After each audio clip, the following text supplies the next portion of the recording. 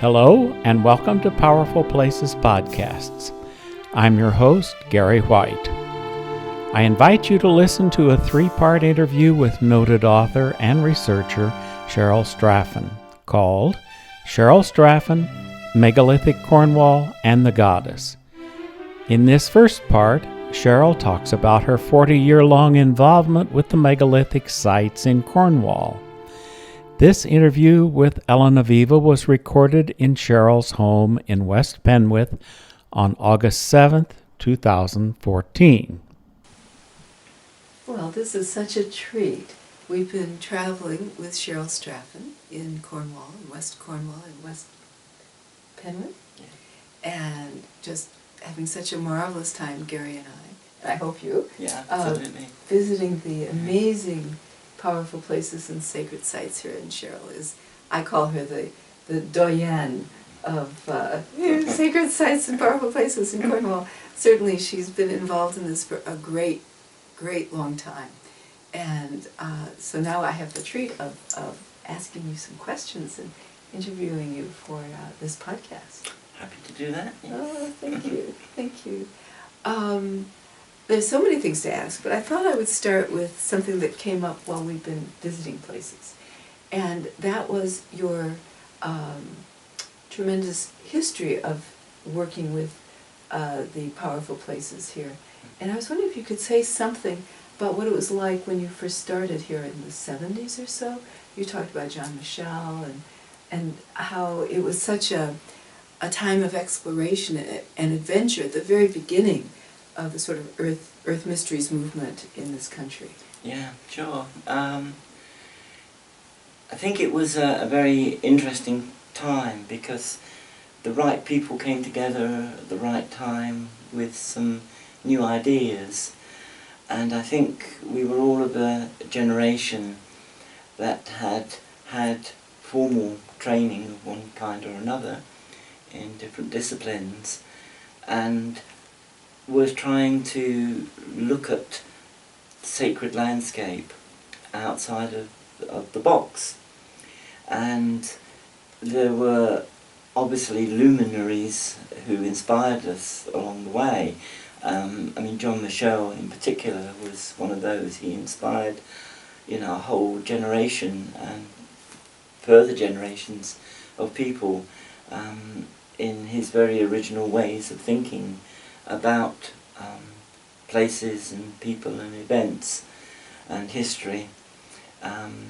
He had many interests in many different kinds of fields, but the area in which I most connected to him and we subsequently became friends was around the area of ancient sites, and in particular the work that he did, which is sometimes overlooked with his more famous work, but he wrote a book on the old stones of Land's End, and this was pioneering work of its time. He came down here when very few others were interested in the old stones and the ancient sites, and he plotted them very, very carefully on his big old 2.5-inch maps, and he discovered by looking at the sites and doing his research on them, that he felt that they had been set up in very significant ways in which the sites related to each other, and they were part of a whole grand plan that the Neolithic and Bronze Age peoples had with regard to the landscape.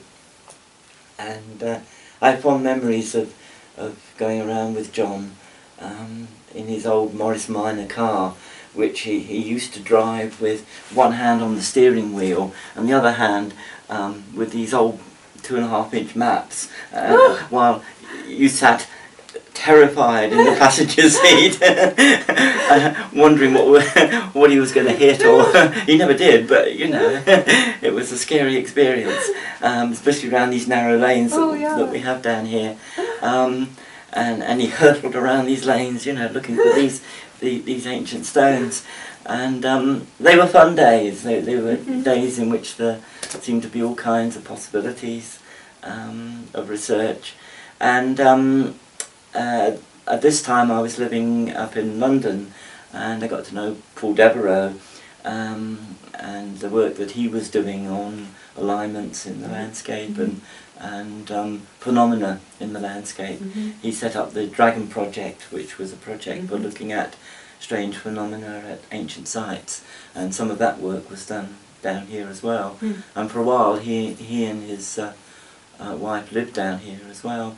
So yeah, they were good days. They were interesting days. They put the foundation in, I think, for a lot of the work and research that has happened since then, and certainly inspired me when I moved back down to Cornwall to set up my Earth Mysteries magazine, main member, which for 30 years now has been looking at sacred landscape in these kinds of alternative ways. Just as an aside, you can subscribe to the magazine, and we'll give information about the website for contact later on. Thank you very much. You're welcome. I'm really happy to promote your work, because I have, Gary and I have both benefited so much from reading your books, and from having you and Lana take us around the last few days. I was just thinking about how a couple of days ago we were on Tregasil Downs, looking at the circle, and then you and Lana led us to the 4 stones with the holes that are still in alignment, and the 5th stone higher up on the hillside.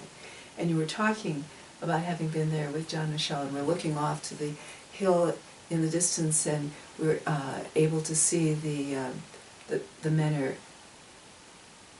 Boswen's menhir that's up on the edge, and then we're following that alignment, and you described how you and John would go clumping across the landscape, and he would find the hidden menhir in the hedgerow that was a part of the sighting and the alignment that was there. Yes, I mean, that was really good work, because he'd looked at the sites down here and concluded that some of them at least were set up in a deliberate way, whereby sites would align each with the other, very often at the limits of intervisibility, so that from one site you could see where a standing stone had been set up, perhaps on a hilltop, just so you could see the top of the standing stone.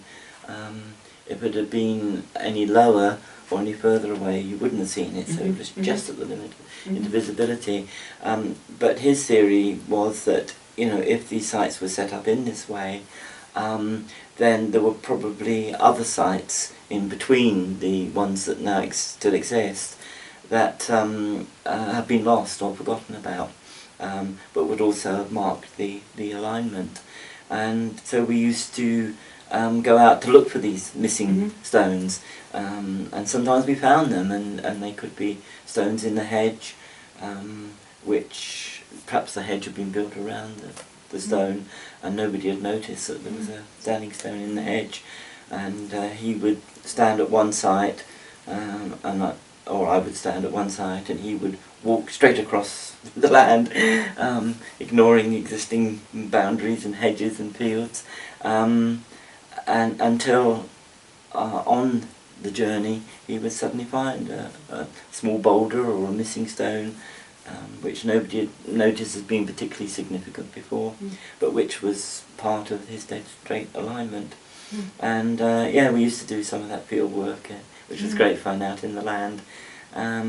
But also the ideas that came out of it, you know, just sharing and talking as we did this work, was wonderful, because of course to him, and I would share that, these alignments were not just interesting stones which were marking out the landscape, but they had other significance in terms of perhaps energy lines which were passing across the land, and that ancient peoples were able to dowse or tap into that energy, and perhaps they mark significant astronomical lines, so they mark rising sunrises or sunsets.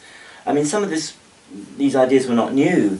The astronomer royal Norman Lockyer, at the turn of the 20th century, in the early years of the 20th century, was actually marking and writing up some of these alignments. But I think what was new with John and some of the other Earth Mysteries researchers was that they were bringing together a lot of research from different fields.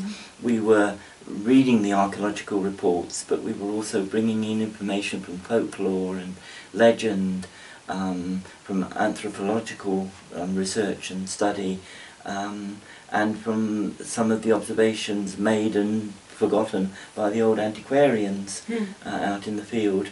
So it was a very holistic discipline that brought in ideas from many other different fields, and of course was not accepted by anybody in those fields as a consequence.